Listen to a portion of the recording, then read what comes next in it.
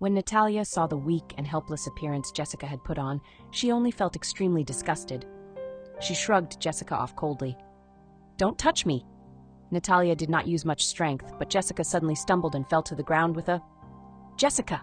Sean shot forward like an arrow to help her up. He growled at Natalia in anger. "Natalia, what are you doing?" "I didn't." Natalia's expression shifted as she subconsciously tried to explain herself, but Jessica interrupted her. "Sean, don't blame Natalia. It's my fault to begin with that I have fallen in love with you. Now she just pushed me, but how could I say she's wrong, even if she wants to scold me, slap me, or kick me?" Natalia's pupils dilated, shock written all over her face. She missed her head to see Sean's disappointed eyes. "I didn't think that you would be like this. This is my fault, so you should vent your anger at me. Why did you even hurt Jessica?" Natalia opened her mouth, but her explanation suddenly choked on her throat, as if it was a thumb stabbing her. "You think that I pushed her?" "I didn't." "I saw it with my own eyes. Do you think I can be wrong? I've always thought you just had a cold heart, but you were still kind. Only today do I realize that you're ruthless and vengeful. After all these years, I finally can see who you really are." Natalia stood still, unable to believe her own cars. She turned to look at Jessica and saw a hint of malice and pride flashing across her eyes. She felt a chill covering her heart. Then she let out a light sneer. Her smile was full of irony. "Sean Miller, only today do I realize how stupid you are." "I didn't." "What did you say?" "It's nothing. Aren't you two in love? All right, I'll give you my blessings. Just no one would cap from a bowl that has been filled with shot before, no matter how hard you have washed it, right?" Sean's expression changed. He did not expect that this cool and well-mannered woman would use such vulgar words. His face darkened. "Natalia, don't push your luck." Natalia sneered at him. Her smile was indifferent and cold. She took out a handkerchief and wiped her hand that had just been touched by Jessica. Finally, she said in an indifferent tone, "I didn't." "Well, I don't have time to waste here with you. From now on, please just take this canary beside you and get out of my sight. I wish you both all the best." Her eyes wandered as a cold mockery flashed in them, and she laughed. "Ha! A bitch and a dog. You are really quite a match after all." Then she turned around and left without giving them any chances of speaking. Sean's face turned livid with anger. "What did you say? Stop right there." "Natalia." "Sean." At that moment, a hand suddenly grabbed his arm. Jessica, with her hand on her stomach, looked so pale. "I didn't." "Sean, my stomach hurts." Sean's expression changed. "Jessica, what's wrong?" "I don't know." A crimson stream of blood trailed down Jessica's leg. Sean's eyes widened, and he shook fiercely. "Don't be afraid. I'll take you to the hospital right away." Sean carried Jessica to the hospital. Natalia sat in her car and watched as their car left. She smiled sarcastically. Instead of going home, she drove to the Reka Hotel. "Natalia." On the first floor of the hotel was a large bar. The hall was filled and strewn with people who had come here to spend their Monsi and kill their unki. She leaned against the counter and downed glass after glass.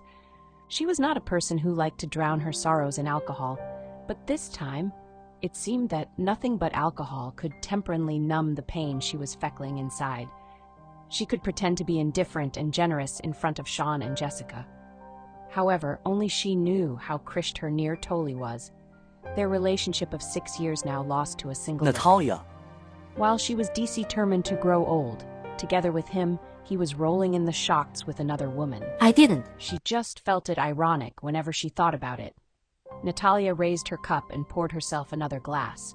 She had always been a good danker, but seeking she was a little drunk all the moment. The phone in her bag suddenly vibrated. She fished out her phone with hazy eyes and answered the call. "Who is this?"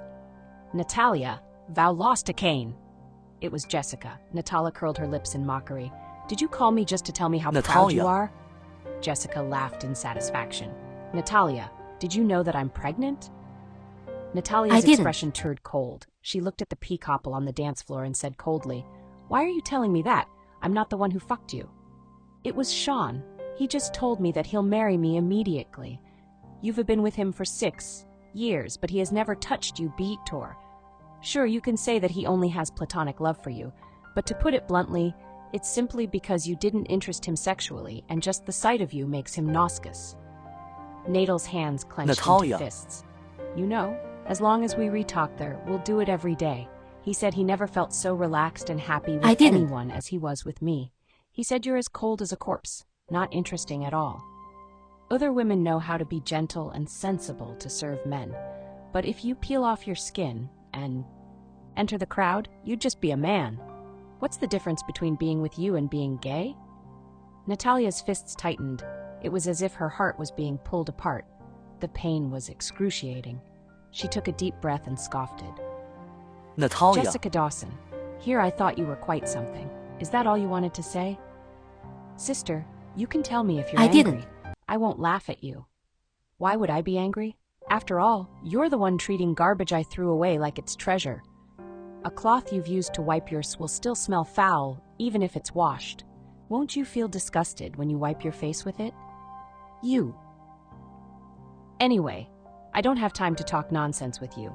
I'm warning you now. Don't try to provoke me again. You can't afford the consequences if you do piss me off. Then, Natalia. she hung up the call. It was not that she could not feel the pain in her heart. Although she did not admit it verbally, Jessica's words undoubtedly pierced her heart.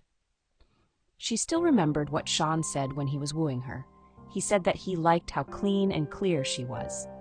He liked her coldness and indifference, which was like a snowy mountain flower that could only be viewed from afar and not tainted. It made him want to protect her, he said. The best love should be platonic. Detached from the spiritual love of the flesh, it was the purest kind of love. However, Natalia. the reality was that he went behind her back to six-up with Jessica, and now they even had a child.